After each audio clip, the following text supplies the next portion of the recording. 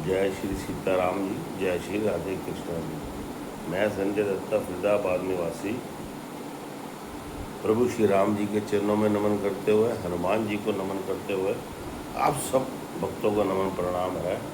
और सनातन Bharti YouTube channel और Facebook पर भी मैं इस वीडियो को डालता हूँ। मैंने पहले भी आपको बताया है, काफ़ी दिनों से वीडियो डाल रहा हूँ मैं अपने सनातन भारती यूट्यूब चैनल और फेसबुक पर। और ये भी बताया आपको कि 17 जून एक तारीख फिक्स है। ये हमारा मोहियाल भवन, हमारी एक मोहियाल बरादरी है जिसमें 7 जाते आती हैं: दत्ता, छिब्बर, मोहन, पाली, वैद, लो, देवाल। हम सप्तऋषि के औलाद हैं: पराशर, कश्यप, कौशल, गौतम, भारद्वाज, धन्वंतरी और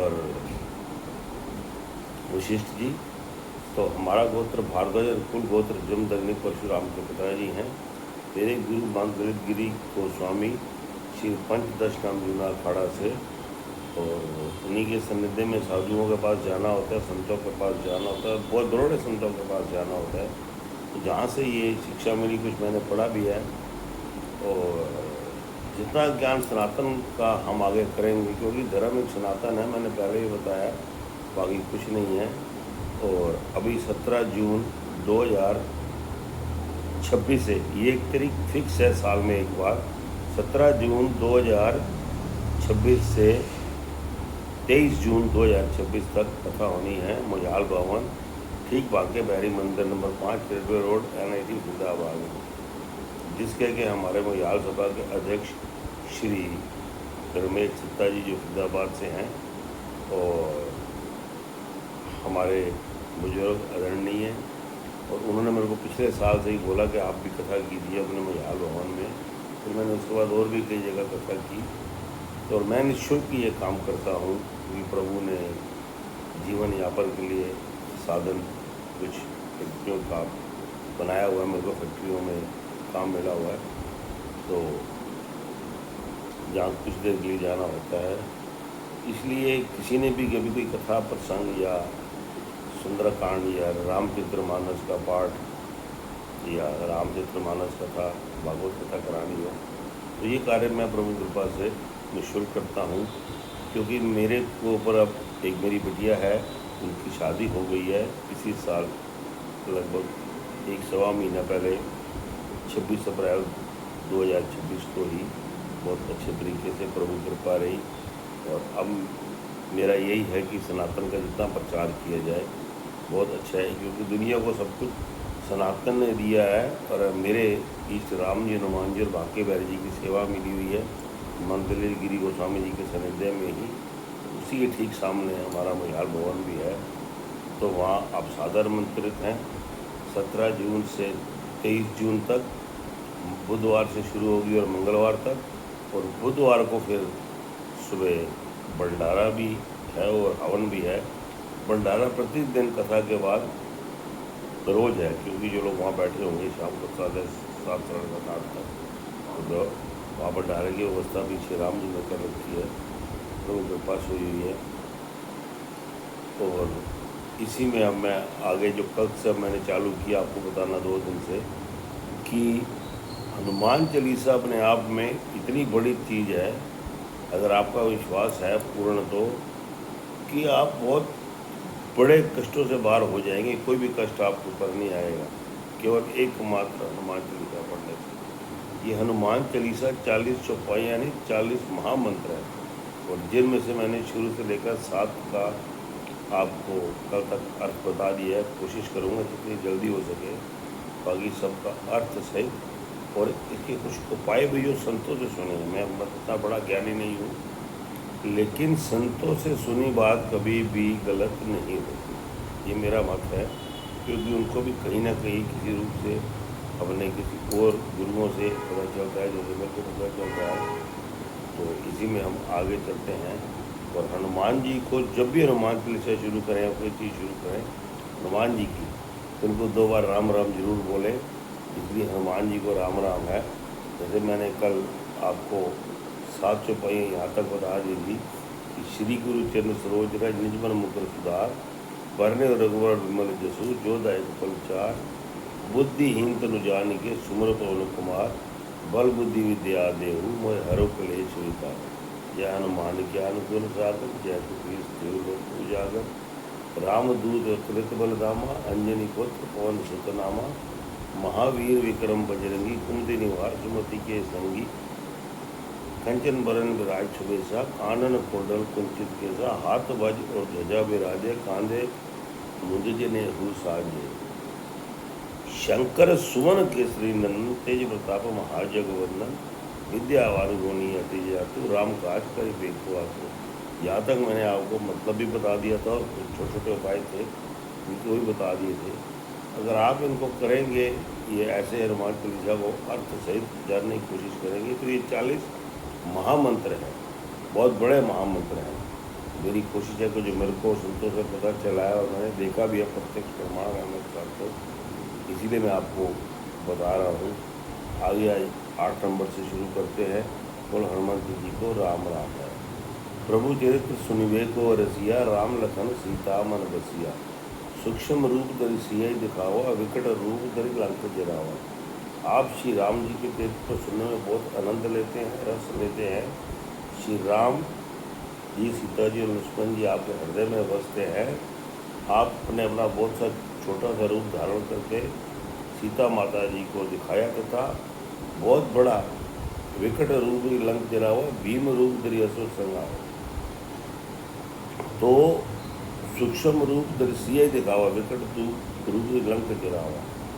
आपने अपना बदन बहुत छोटा सूक्ष्म करके माँ सीता जी को दिखाया था। विक्राम दूरण करके विकराल रूप धारण, बड़ा रूप, बहुत बड़ा रूप बना के आपने लंका को भी जलाया, जिससे कि रावण डर गया। इसका मतलब ये है कि यदि आपको कोई अपना भय देना साबित करना चाह रहा है, तो अगर आप ये चौपाई को पढ़ते हैं तो उसके मन से किसी चीज़ का डर या भय जो है वो निकल जाएगा। ये एक उपाय भी है। खाली यही अगर चौपाई आप पढ़ेंगे तो आपके मन में किसी का डर या भय है या कोई आपसे संशय कर रहा है किसी बात में, काम करने में, जैसे सूक्ष्म रूप धरि सियहि दिखावा, छोटा रूप करके माता सीता जी को दिखाया तो बड़ा रूप बना के उनको दिखाई, लंका भी जला दी। तो ऐसे ही किसी के मन में यदि भय या कुछ बैठा हुआ है या आपके प्रति बात करने से चाह रहा है, तो वो भी आपका दूर हो जाएगा और आपका काम बन जाएगा। और आगे इसमें आता है, भीम रूप धरि असुर संहारे, श्री रामचंद्र जी काजे सवारे। लाए संजीवन लखन जियाए, श्री रघुबीर हर्षि उर लाए। आपने विकराल रूप धारण करके राक्षसों को मारा और रामचंद्र जी को देशों को सफल बनाने में सफल हुए। ऐसे आप भी प्रभु श्री रामचंद्र जी के जैसे काज सवारे इन्होंने, आपके भी जो काज हैं वो भी सवारे जाएंगे, ठीक हो जाएंगे। और आपका जो मन में किसी का भय है वो चला जाएगा, मैंने पहले भी बताया है। और जैसे ये संजीवनी बूटी लाए और लखन जी वापस लखन जी में प्राण आ गए, और श्री रघुवीर जी, रघुनाथ जी ने श्री राम जी को अपने हृदय से लगा लिया। ऐसे अगर किसी के प्रति आपको कोई द्वेष भावना या कुछ कोई पड़ी है, उसको संशय है कि आप ये उसका आप करने में समर्थ हैं, तो आप ये काम भी कर देंगे। और उनकी आपके प्रति, चाहे आपसे बड़े हैं चाहे छोटे हैं, बहुत निष्ठा बन जाएगी और वो आपको अपना बहुत कुछ मानेंगे। रघुपति कीनी बहुत बड़ाई, तुम मम प्रिय भरत सम भाई। ये बहुत बड़ी चौपाई है अपने आप में। रघुपति कीनी बहुत बड़ाई, तुम मम प्रिय भरत सम भाई। ये पवन सुत रामचंद्र जी ने आपकी बहुत प्रशंसा की और कहा कि तुम मेरे भरत जैसे प्यारे भाई हो। क्योंकि राम लखन भरत शत्रुघ्न, राम जी भरत जी को बहुत प्यार करते थे और भरत जी को एक बहुत बड़ा त्यागी बताया गया। भरत जी ने बहुत बड़ा त्याग किया था। राम जी तो वन में थे, लेकिन उनको राजपाट मिलने के बाद भी वो धरती पर भी नहीं सोए, धरती के नीचे रहे हो। तो इन्होंने भरत की उपाधि उसको दे दी। तो ऐसे ही कोई आपको बहुत प्यार करेगा, अगर भाइयों में कोई बात है तो वो भी दूर हो जाएगी। वाद विवाद है, आपका आपस में बहुत प्यार रहेगा। सहस बदन तुम रोज जस गावे, अस्कई चिरपति कंठ लगावे। राम जी ने आपको ये कहकर हृदय से लगाया कि तुम्हारे जो कीर्ति है, यश है, उसका गुणगान तो कोई कर ही नहीं सकता। ये बात देखो प्रभु श्री राम जी कह रहे हैं, कितनी बड़ी बात है श्री राम जी कह रहे हैं। कहते राम का नाम लेने से तर जाएगा और सागर पार कर जाएगा। इतनी बड़ी बात राम जी हनुमान जी के लिए कह रहे हैं, उसको उनको अपने कंठ हृदय से लगा रहे हैं, कंठ के साथ लगा रहे हैं, गले लगा रहे हैं। और कह रहे हैं कि आप जी की कीर्ति का वर्णन तो शेषनाग या कोई भी हजारों मुखों से भी नहीं कर सकता, लाखों करोड़ों मुखों से भी नहीं कर सकता। ऐसे आपकी भी कीर्ति चारों तरफ फैलेगी और प्रभु भक्ति की तरफ आपका मन लगेगा। सनकादिक ब्रह्मादिक मनीषा नारद सारद सहित ऐसा यम कुबेर दिगपाल जहाँ थे, कवि कोविद कहे सके कहाँ को। श्री सनक सनातन सनत कुमार आदि मुनि ब्रह्मा आदि देवताओं, नारद जी ने और सरस्वती जी ने, शेष नाग जी ने, यमराज कुबेर आदि सब दिशाओं के रक्षक कवि विद्वान पंडित, ये कोई भी आपके यश का पूरी तरह वर्णन कभी नहीं कर पाएगा। ऐसे ही आपके भी जो कीर्ति है वो चारों तरफ फैलेगी और एक आप अच्छे काम की तरफ आगे बढ़ेंगे। अभी जिसका जो वर्णन करना चाहेगा तो आपकी अच्छाइयों का वर्णन नहीं कर पाएगा और आपके अंदर से बुराइयां सब निकल जाएंगी। इसी तरह आगे आती है चौपाई, तुम उपकार सुग्रीवई कीना, राम जी मिलाए राजपद दीना, तुमरे मंत्र भीषण माना, लंकेश्वर भय सब जग जाना। और यदि किसी के पास किसी चीज़ की कमी है तो हनुमान जी की ये 2 चौपाइयाँ पढ़ता है कि तुम उपकार सुग्रीवई कीना, राम जी मिलाए राजपद दीना। इन्होंने सुग्रीव जी को राम जी से मिलाया, बाली का वध हुआ और सुग्रीव जी राजा बन गए। फिर विभीषण से मिले, उनको मंत्रणा की, उनको बताया और विभीषण जी लंका के राजा बन गए रावण का वध होने के बाद। जो विभीषण जी आज 8 अमर में एक अमर हैं। और इस चौपाई का एक बहुत बड़ा ये भी है कि इस चौपाई को बनने से आपकी खोई हुई संपत्ति या आपके पास किसी की कमी है धन दौलत की, घर भूमि भवन वाहन या मकान की, वो भी प्रभु कृपा से बहुत जल्दी पूरी होती है। आप एक राजा की तरह जीते हैं।